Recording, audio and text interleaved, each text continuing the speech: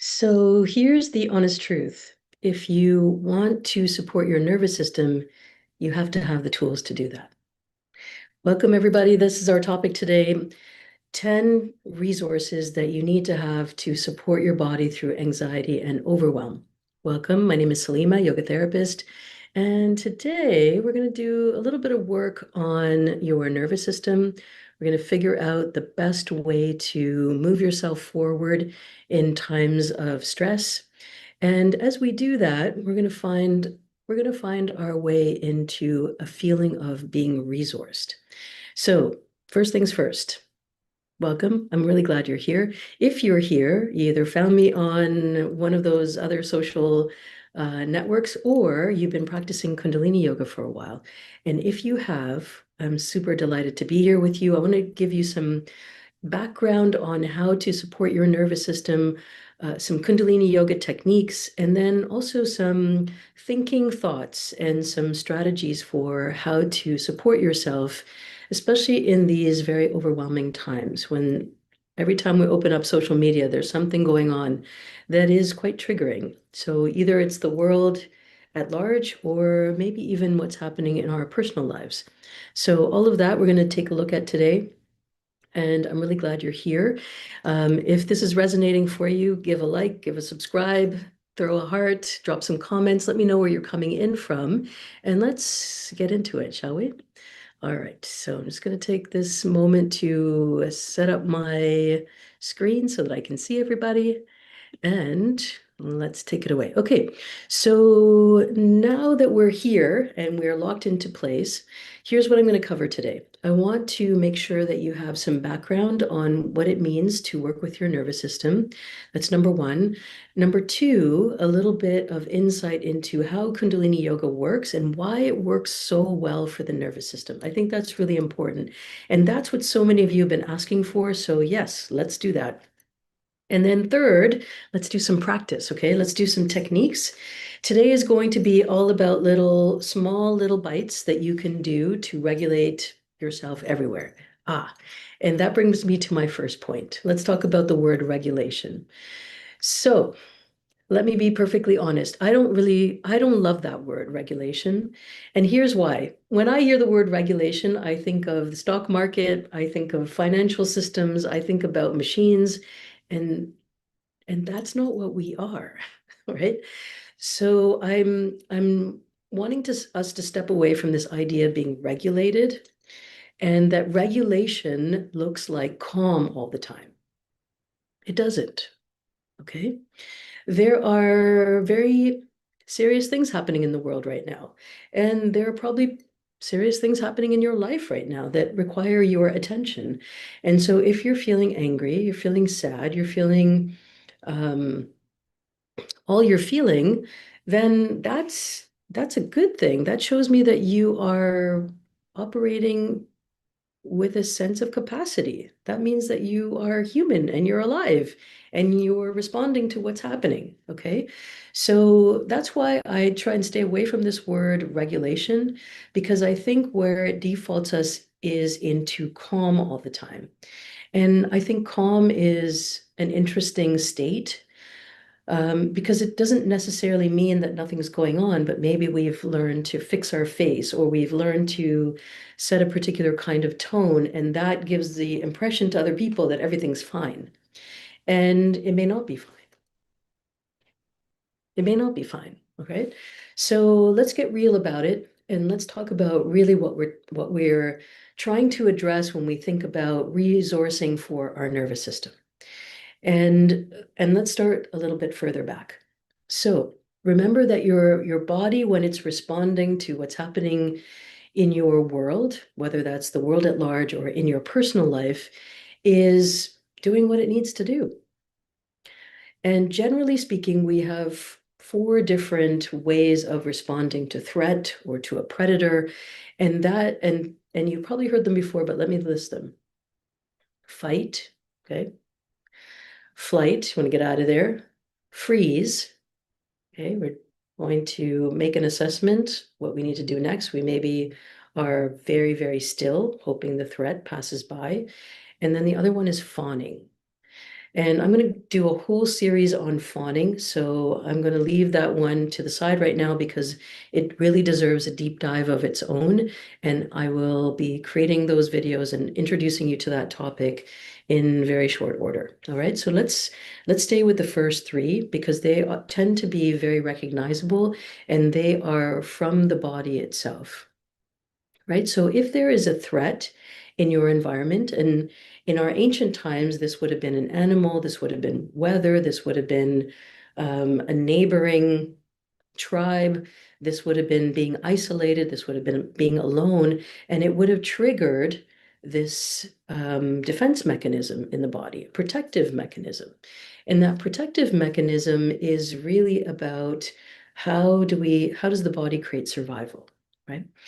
And that is our body's primary responsibility. How do I keep this being alive? That's it, that's all. Not happiness, not not joy, not curiosity, none of those things. How do I keep this being alive? And that is our primary focus. From the nervous system's perspective, that is the primary focus. And so anything that feels threatening, whether it's an email, text message, a drop off, somebody in your work environment, somebody in your home environment, any of those things can also feel like a threat. And so when your body responds to it, that's totally normal. All right. So our bodies are designed to take on those kind of responses, right? Because it's supposed to. Now, where things get more intense, where this starts to become something that we need to practically take a look at and practically take care of, is when the threat goes on for too long. You're living in an environment where somebody is threatening, where the workplace stress, for example, is ongoing, nonstop, and unrealistic for the timelines are unrealistic for what needs to be delivered. Maybe there's something, your health is being triggered by something. These are all situations that go on for a little bit too long. And what happens is that our bodies then stay in a place of activated threat. And then we have challenges, and the challenges include increased cortisol, increased adrenaline, and then it has a wear and tear on the body, right? And all of us, our bodies are different, our genetics are different, our environments are different. So we can't really predict exactly what could happen, but too much stress for too long leads to imbalance in the system. It's a very simple way, a straightforward way of putting it. Not to make you afraid, but rather to say, hey, this is important to pay attention to, right? So when everybody's talking about the nervous system, when everybody is talking about, hey, how do I take care of myself? This is why, because it has long-term consequences. Okay. So that's setting the lay of the land. Now, part of the lay of the land is states of being that you probably have identified. I'm feeling anxiety, or I'm feeling overwhelmed. And that is our body's signal to us that something has gone on a little bit too long and we need to take care of it. Okay. So let's start right there. What do we do to take care of it? Here is one of my favorites, is to bring your hands up and then bring your thumb underneath your baby finger. Bring your fingers around your thumbs. Take a deep inhale and squeeze your thumb as hard as you possibly can. Hold the breath now at the same time. Hold, hold, hold. Okay, I'm going to hold for about 5 seconds. 5, 4, 3, 2, 1. Exhale.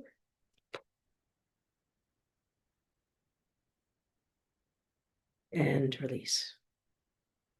Okay. So notice how you're feeling now. I felt a little bit of, because I was talking and preparing for this live. So obviously preparing. So now check in with your body. How does it feel? I'm going to do that 2 more times. So bring your thumb underneath your baby finger. Inhale very deeply. Squeeze, tense, and hold. Squeeze, tense, and hold. And exhale, let it go.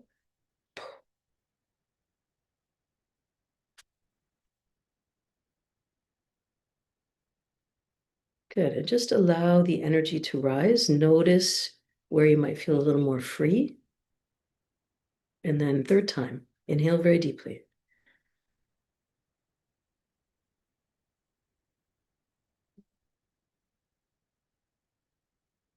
Three, two, one, let it go. Exhale, let go of your hands.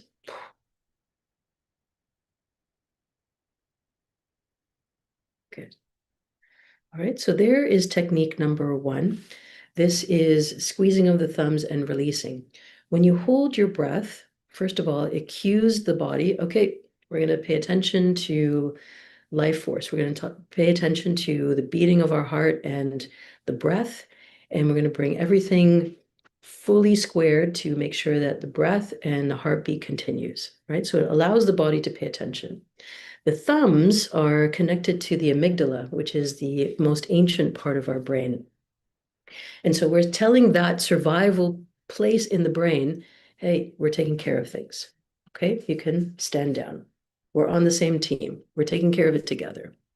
And that is a really important gesture that you can make. It's very quick. You can use it before a meeting, for example, or if a text message or an email has come in that's gotten your heart racing, then you can go ahead and do that a couple of times before you actually go and read the thing. And what that does is allows you to feel resourced. Okay, I'm in a grounded place. Now I can attend to whatever. And these small little techniques, what they do is, okay, let me step back. We're not going to fix the nervous system. We're not going to regulate the nervous system in 30 seconds. What we're going to do is take the stress level down and we're going to apply our consciousness. Oh, my body is reacting. I want to take care of my body. Taking care of our nervous system, healing our nervous system, or making a long-term change to our nervous system takes time. Just like if you break your wrist, it takes time for that to heal. It isn't a just put on a bandage and wear a brace for a couple of hours and we're done. It requires time. And depending on the nature of the injury, depending on how old you are, depending on how your body heals, all of those are factors too, right? So I want you to know that I'm not trying to encourage you to just do these fast things and everything will be fine, but rather use this to get through a moment and then come back to your Kundalini yoga practice in the evening or in the morning and allow a bigger reset to take place. Okay, so that's really important to consider. So that was the first one, is that we're going to do some thumb squeezings. Now, let's say you're in the next kind of scenario, and that is that your mind is racing. Sometimes that happens to me, happens to the best of us, actually, it happens to all of us, is that we may be worried about something or something's on our mind or we have a problem that we need to solve, and all of a sudden our brain starts looping. And that looping is what we want to address. And here's another technique that you can use to tap into your nervous system in order to slow down that thinking so that you can come up with strategies for a way moving forward. So I'm going to take one hand, doesn't matter which one. I'm going to put it over the same side. So right now I'm using my right hand. So I'm going to use my right hand to cover my right eye. And then I'm going to look ahead to the wall in front of me. And I'm going to move my eyeball, just my eyeball, from right to left, left to right to left, left to right. Please join me. And inhale very deeply, hold the breath, and then move your eye from right to left, left to right. Just keep going. Holding the breath at the same time. Good. And now release. Close both eyes, relax the hand down, and notice.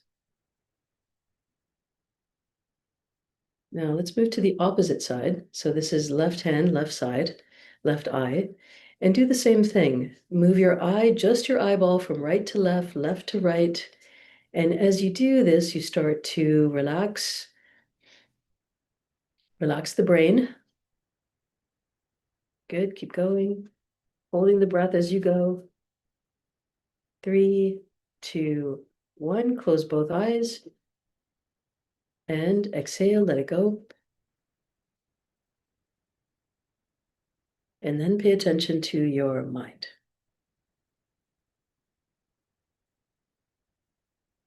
What did you notice? Powerful, right?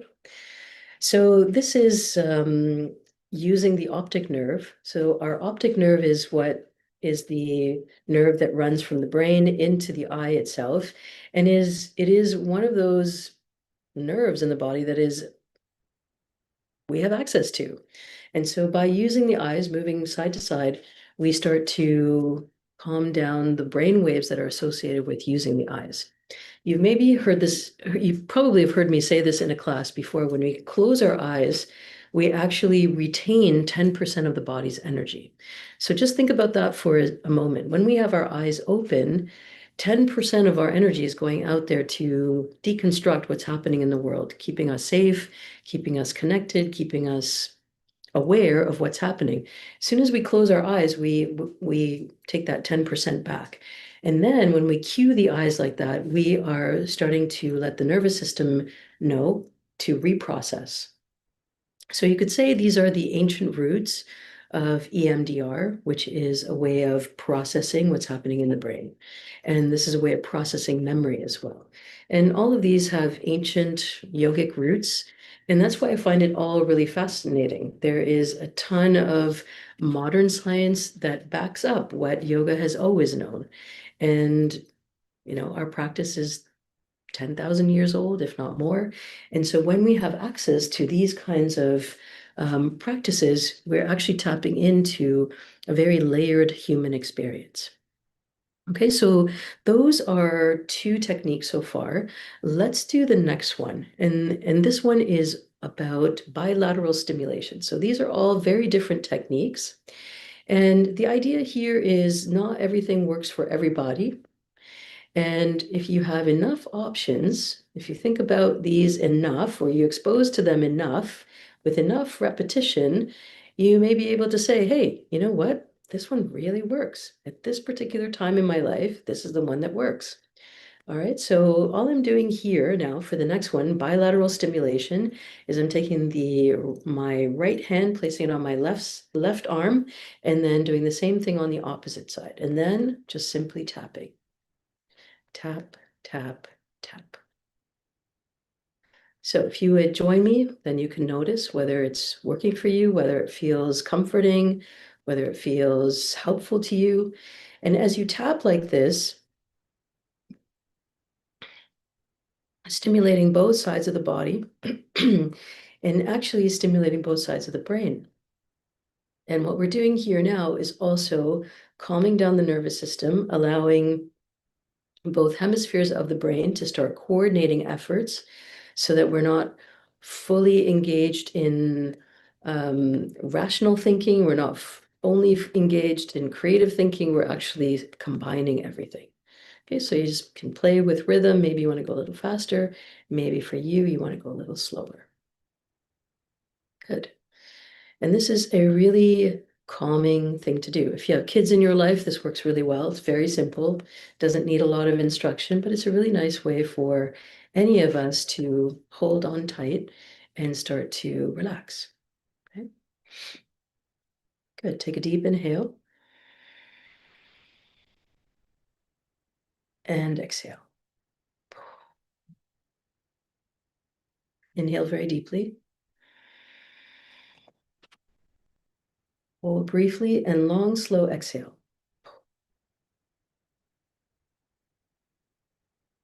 Last one. Inhale very deeply. Hold, pause for a moment, and exhale.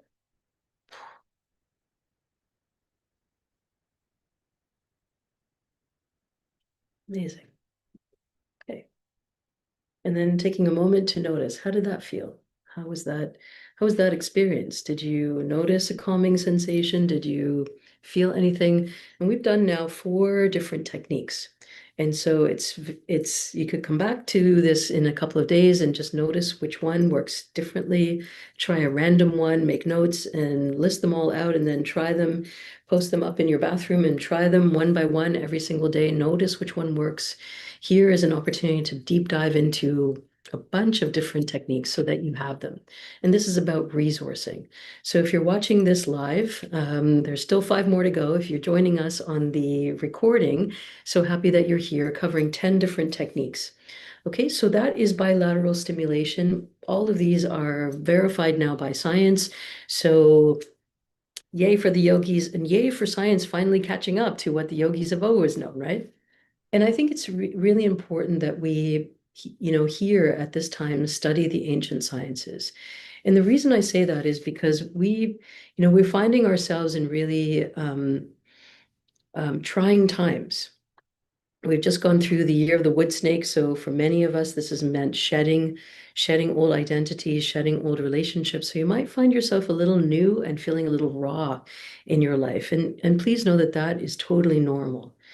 Or you might be looking at world events thinking, wow, I'm feeling for the people in other parts of the world who are really going through it right now. People of Gaza, people of Iran, of Sudan, of the Congo, of all the places in the world that we don't even know, Venezuela, that we don't even know, who haven't even surfaced to the news yet or are not covered on a regular basis.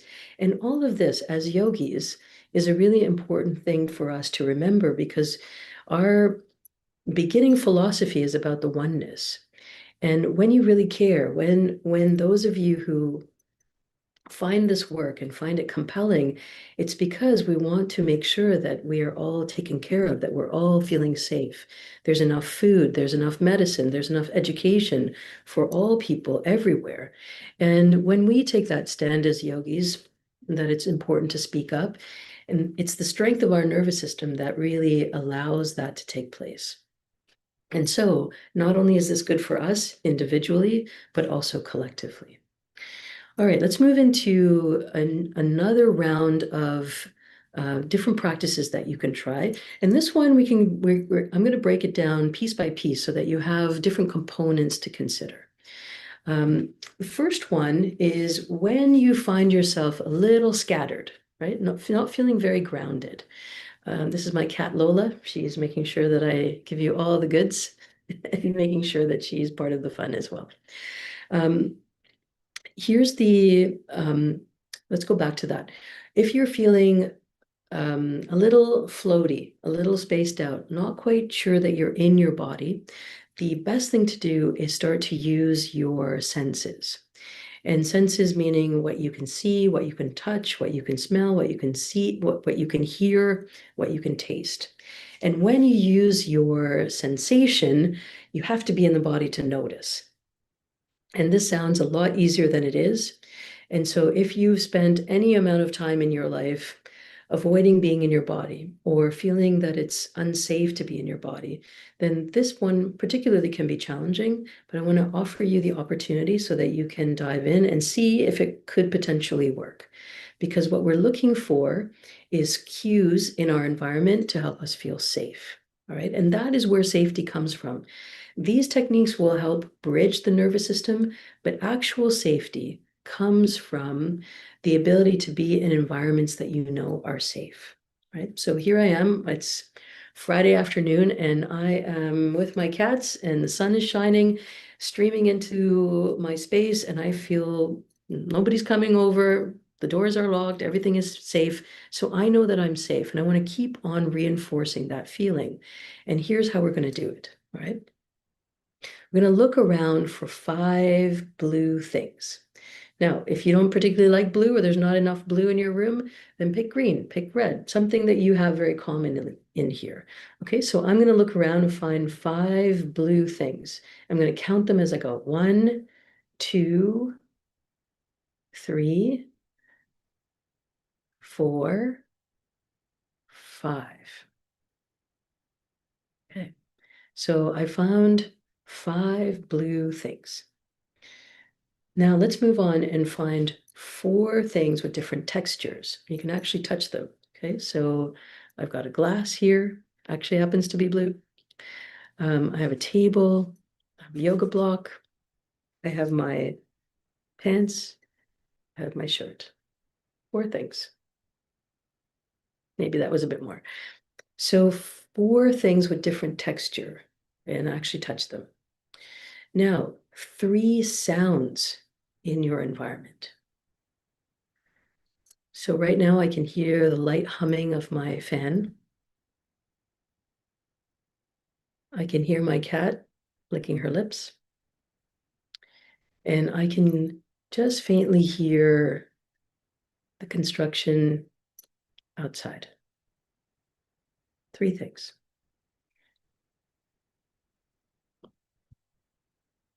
Two smells. I can smell the lunch that I just made a little while ago, and I can smell my perfume. Yeah. Now, one more that you can taste. My lunch. Maybe it's your toothpaste, maybe you ate something, maybe you drank coffee, whatever it is, but roll your tongue around in your mouth and notice those 5, using your 5 sensations and coming back into feeling grounded. Okay, back into present moment.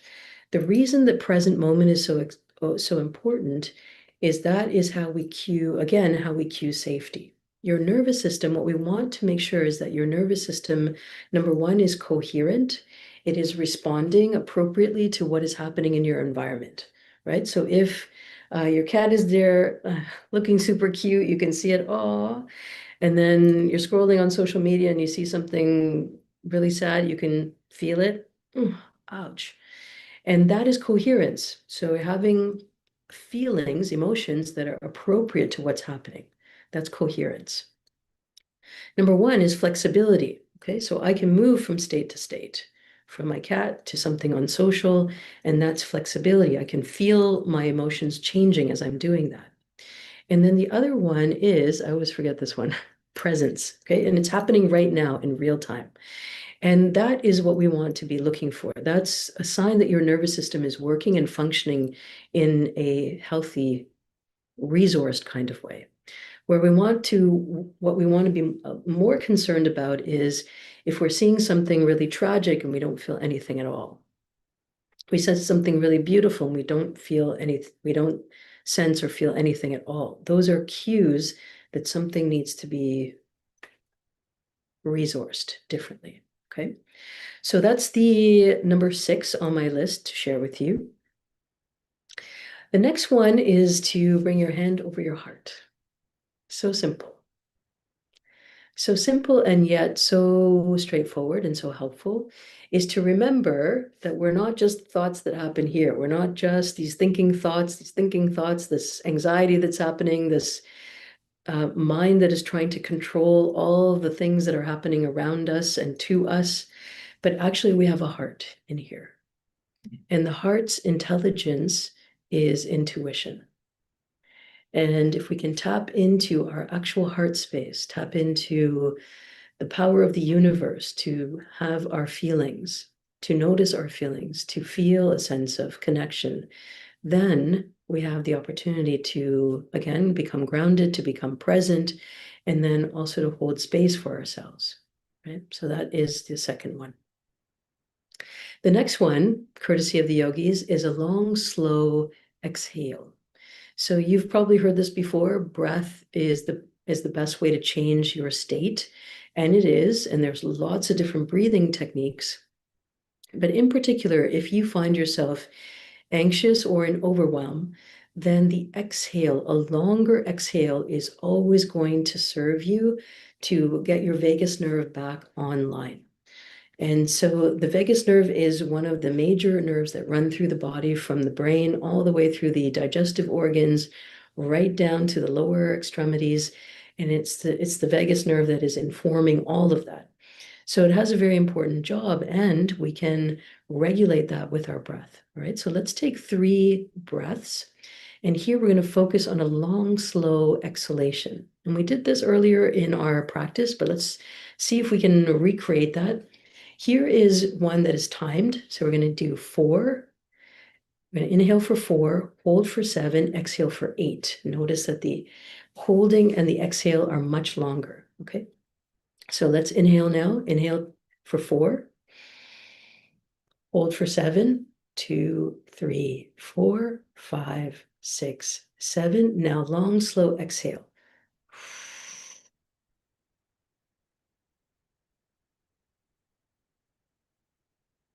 Good. Inhale 4, hold for 7, 4, 5, 6, 7. Now exhale. 2, 3, 4, 5, 6, 7, 8.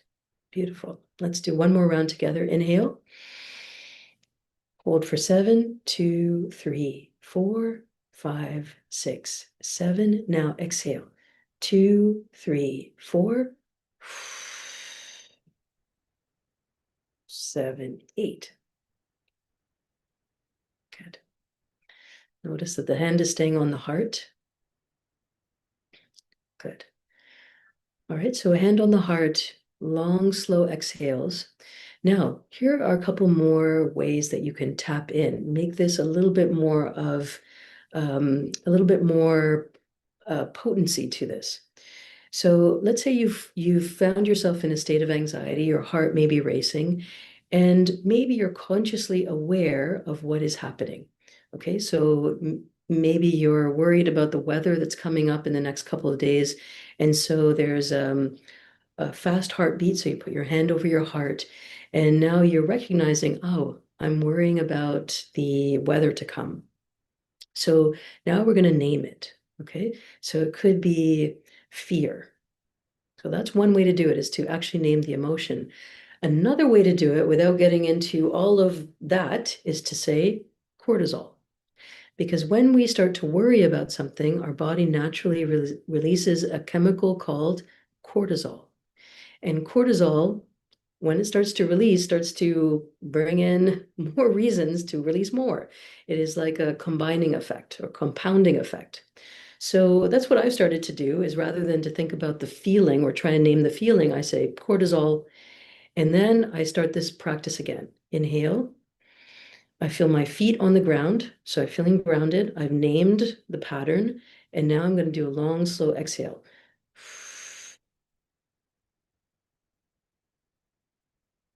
Cortisol, feet on the ground, long, slow exhale.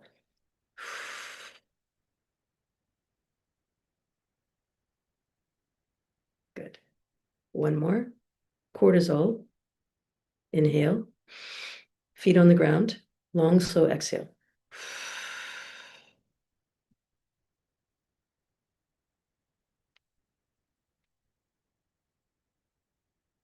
There you go. So notice now, how do you feel? I find just labeling the chemical reaction very helpful because there's no judgment attached to it. I don't chastise myself for having cortisol release, it's just not a thing to get angry about or to be worried about or concerned about, to compound whatever else is going on. So that's my approach, but you can use any word: anger, sadness, fear, whatever is happening. And then follow those steps. Feel your feet on the ground. Take a deep inhale, long, slow exhale, and then let it go. Okay, so that's your 10 tips for today, all for helping to support your nervous system, to resource your nervous system. Now, remember that these are small ways to get through tight situations. As always, I will remind you that is a bridge. But what we want to do is take the longer journey and really create long-term effect in the nervous system. And that's where Kundalini yoga practices really come in handy. Anything from 5 minutes to 60 minutes is something to aim for. And if you can do it on a daily basis, a regular daily basis, even if there's nothing going on, even if you're not worried or anxious or the crisis has passed, that's where you have the best opportunity to create a significant change for your nervous system, to reset your belief system, to change your habits. It's not overnight, it is actually a longer term practice. So do yourself this favor, Find a practice that really resonates for you, that you find that you can do, that it doesn't stress you out, doesn't make you, doesn't stress your body out, but feels very relaxing, very calm. You feel good after, and then stick with that for 40 days. Now, if 40 days is too much to think about, do it every day. Just commit to it for every day, and then knock it off on your calendar, and then allow yourself to get to 40 days. See if that technique could work for you. Because once you get 40 days in, you're starting to make a change with your nervous system. Once you get 90 days in, you start to confirm those new habits. And 120 days, you start to become that habit. And at 1,000 days, you are that habit. And that's how Kundalini Yoga works best, is by repetition and routine. And that's how you summon all the benefits. Because a first time sitting is amazing. And I'm really glad if you've come and sat for the first time, and then you come and try something else, and you come and try something else. It's amazing. Do it. And then hopefully you'll come across something that makes you say, oh, wow, this one is different. This is special. And then once you commit to it, it commits to you. And then all the things that might be lurking in the shadows, anything that you might have been pushing aside, or the eureka moment that you really needed, or the aha that is waiting for you in your nervous system, finally has a chance to make itself known to you. Because we don't get our best ideas when we're freaking out and upset about something. The best ideas come when we're feeling in the flow, when we're relaxing, when we are clear. And so as you practice, all of those surface benefits start to come your way, and you can sit in calmness for a little longer. You can sit in a state of flow a little bit longer. Then all the new ideas start coming. And that's where we want to be. That's how we know we're feeling resourced. And that's when life really starts to take on that personal imprint that we're looking for. Okay, so that's the little structure on how to use Kundalini Yoga before. If you've never done the practice and you found me from TikTok or you found me from Instagram, I'm really glad you settled in. I'm really glad that you're watching. And this is for you. Okay? Everything here is free. Everything is here. You can watch as many times as you like. And it's here for you. And then when you get a little more serious, when you really start to notice what's happening and you start to see how beneficial this is, not just for yourself, but for your community, for your family, for the situation you're finding yourself in, that's when I want you to come over to Kundalini Yoga Training, to really take the next step in becoming a leader of this time of consciousness. We need you. We need you with a resourced nervous system. We need you who is conscious. We need you who is breaking old cycles, who's breaking generational trauma, who's really being able to look at the world and saying, hey, I can see the power structures are falling, and I know I have what it takes to rise into the space and be a conscious leader. And that's what this training is all about. There's so much to unpack. I'll teach you about why the mantras work, why the sound vibrations work, why the postures work, the philosophy behind it.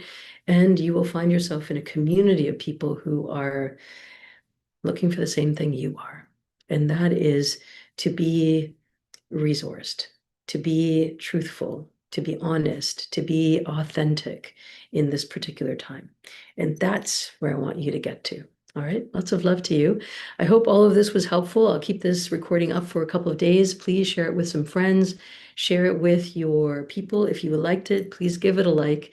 And we'll keep on doing what we're always doing. Come and join me for Harmony Within. Come and join me for Kundalini Yoga Training.